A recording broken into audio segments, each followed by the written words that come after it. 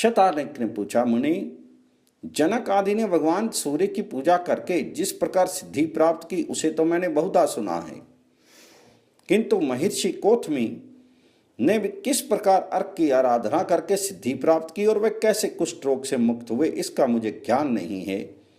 वे कोथमी कौन थे, उन्हें कैसे कुष्ठ हुआ? हे द्विश्रेष्ठ, किस प्रकार उन्होंने देवादिदेव दिवाकर की आराधना की, इन सभी बातों को मुझे संक्षेप में सुनाइए।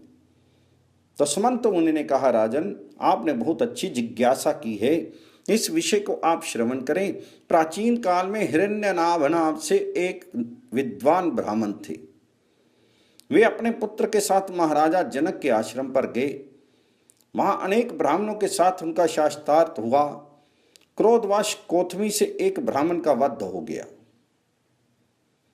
पुत्र के द्वारा विप्र को मारा गया देखकर पिता ने कोथमी का परित्याग कर दिया।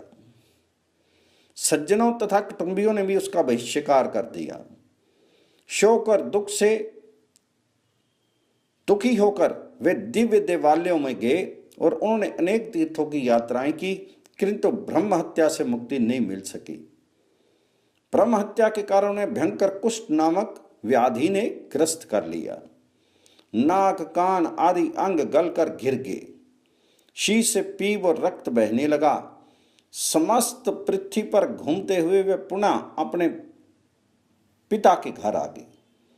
दुख से व्याकुलचित होकर उन्होंने अपने पिता से कहा, तात, मैं पवित्र तीर्थों और अनेक देवालयों में गया, किंतु इस क्रूर ब्रह्म हत्या से मुझे मुक्ति प्राप्त नहीं हो सकी। प्रायश्चित करने पर भी मुझे इससे छुटकारा नहीं मिला है। अब मैं क्या करूं, कहां जाऊं, कैसे मैं रोग से मुक्ति पाऊं? हे अनग, अल्प परिश्रम साध्य जिस कर्म के करने से इस ब्रह्म हत्या रूपी व्याधि से मुझे छुटकारा मिले, उस उपाय को आप शीघ्र बताइए और मेरा कल्याण करें। तो हिरण्यनाभ ने कहा, पुत्र, पृथ्वी में घूमते हुए तुमने जो क्लेश प्राप्त किया है उसे मैं भली भांति जानता हूं। तुम अनेक तीर्थों में गए, प्रायश्चित भी किए, परंतु ब्रह्म हत्या से मुक्ति नहीं मिली।